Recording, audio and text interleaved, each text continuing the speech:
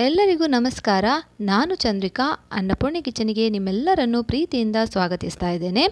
ಇವತ್ತು ನಾವು ಈ ಉರಿ ಬಿಸಿಲಿಗೆ ತಂಪಾದ ಒಂದು ರಾಗಿ ಹಾಲು ಮಾಡುವ ತುಂಬಾ ಸುಲಭ, ಹಾಗೆ ಆರೋಗ್ಯಕ್ಕೂ ತುಂಬಾ ಒಳ್ಳೆಯದು. ಈ ಉರಿ ಬಿಸಿಲಲ್ಲಿ ದೇಹಕ್ಕೆ ಅಷ್ಟೇ ತಂಪು ಕೊಡ್ತದೆ ಈ ರಾಗಿ ಹಾಲು. ಇದನ್ನು ಹೇಗೆ ಮಾಡುವುದು ಅಂತ ಕೊನೆ ತನಕ ಸ್ಕಿಪ್ ಮಾಡಿದೆ ನೋಡಿ.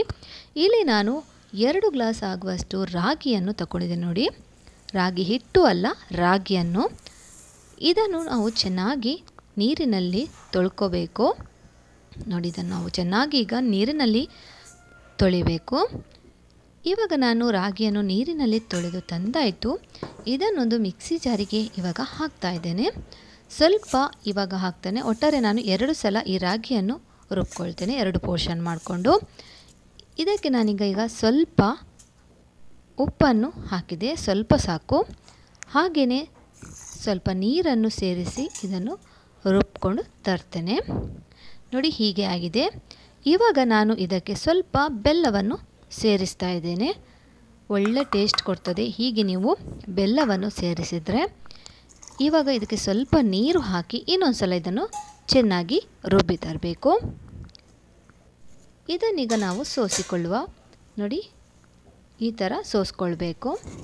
ಹೀಗೆ ಮಾಡಿದರೆ ರಾಗಿ ಹಾಲು ನೋಡಿ ಚೆನ್ನಾಗಿ ಬರ್ತದೆ. ಇನ್ನೊಂದು ಸಲ ನಾನು ಉಳಿದ ರಾಗಿಯನ್ನು ಕೂಡ ರುಬ್ಬಿ ಅದಕ್ಕೆ ಹಾಕಿ ಹಾಲನ್ನು ತೆಗಿತಾ ಇದ್ದೇನೆ. ಹೀಗೆ ನೋಡಿ, ಹೀಗೆ ಮಾಡಿದರೆ ಚೆನ್ನಾಗಿ ಹಾಲು ಹೋಗ್ತದೆ. ಇವಾಗ ನೋಡಿ, ಈ ರಾಗಿಯನ್ನು ನಾವು ಇನ್ನೂ 2-3 ಸಲ ಇದರಿಂದ ಹಾಲನ್ನು ತೆಕ್ಕೋಬೇಕು ನೋಡಿ. ಅದನ್ನು ಮಿಕ್ಸಿ ಜಾರಿಗೆ ವಾಪಸ್ ಹಾಕಿ ಸ್ವಲ್ಪ 2 ಏಲಕ್ಕಿಯನ್ನು ಹಾಕಿದೆ ಇಲ್ಲಿ. ಇದಕ್ಕೆ ಸ್ವಲ್ಪ ನೀರು ಹಾಕಿ ಇನ್ನೊಂದು ಸಲ ಇದನ್ನು ರುಬ್ಬಿ ಇದರ ಹಾಲನ್ನು ತೆಕ್ಕೊಳ್ಳುವ.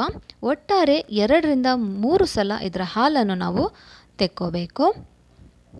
ದೇಹಕ್ಕೆ ತುಂಬ ತಂಪು. ಈ ಉರಿ ಬಿಸಿಲಿಗೆ ನಾವು ಆದಷ್ಟು ನೀರನ್ನು ಸೇವಿಸಬೇಕು. ಈ ಥರ ಜ್ಯೂಸ್ ಮಾಡಿ ಕುಡಿದ್ರೂ ತುಂಬ ಒಳ್ಳೆಯದೇ. ಹೀಗೆ ನೋಡಿ, ನಾನು 3 ಸಲ ಈ ಹಾಲನ್ನು ತೆಗೆದೆ ನೋಡಿ. ಈಗ ಇದು ಸಾಕು, ಇನ್ನು ಇದರಲ್ಲಿ ಹಾಲು ಬರುವುದಿಲ್ಲ. ಇದನ್ನು ನಾನು ನಮ್ಮ ದನಕ್ಕೆ ಹಾಕ್ತೇನೆ. ನಮ್ಮ ಮನೆಯಲ್ಲಿ ದನ ಉಂಟು ನೋಡಿ. ಇವಾಗ ಈ ಹಾಲು ನೋಡಿ ಹೇಗೆ ಬಂದಿದೆ ನೋಡಿ. ಇದು ತುಂಬ ದಪ್ಪ ಉಂಟು. ನಮಗೆ ಹೀಗೆ ಕುಡಿಲಿಕ್ಕೆ ಅಷ್ಟೇನು ಒಳ್ಳೆಯದಾಗಲ್ಲ. ಇದಕ್ಕೆ ನಾನು ನೀರನ್ನು ಸೇರಿಸ್ತಾ ಇದ್ದೇನೆ. ಸ್ವಲ್ಪ ಕೋಲ್ಡ್ ನೀರನ್ನು ನಾನಿಲ್ಲಿ ಬಳಸ್ತಾ ಇದ್ದೇನೆ. ನಿಮಗೆ ಬೇಕಾದರೆ ಕೋಲ್ಡ್ ನೀರು ಹಾಕ್ಕೋಬಹುದು, ಇಲ್ಲಾದರೆ ನೀವು ಸಾದಾ ನೀರನ್ನು ಕೂಡ ಹಾಕ್ಕೋಬಹುದು ನೋಡಿ. ಚೆನ್ನಾಗಿ ಮಿಕ್ಸ್ ಮಾಡಿದೆ. ಇನ್ನೂ ದಪ್ಪ ಉಂಟು. ಇನ್ನೂ ಸ್ವಲ್ಪ ನೀರನ್ನು ಇಲ್ಲಿ ನಾನು ಸೇರಿಸ್ತಾ ಇದ್ದೇನೆ. ಇವಾಗ ಇದನ್ನು ಇನ್ನೊಂದು ಸಲ ನಾವು ಸೋಸ್ಕೋಬೇಕು. ಯಾಕಂದರೆ ಸ್ವಲ್ಪ ರಾಗಿ ನಾವು ಎಷ್ಟೇ ಸೋಸ್ಕೊಂಡ್ರೂ ಅದು ಈ ನೀರಿನಲ್ಲಿ ಬರ್ತದೆ, ಹಾಲಿನಲ್ಲಿ. ಹಾಗಾಗಿ ಇನ್ನೊಂದು ಸಲ ಸೋಸ್ಕೊಳ್ಳುವ ನೋಡಿ.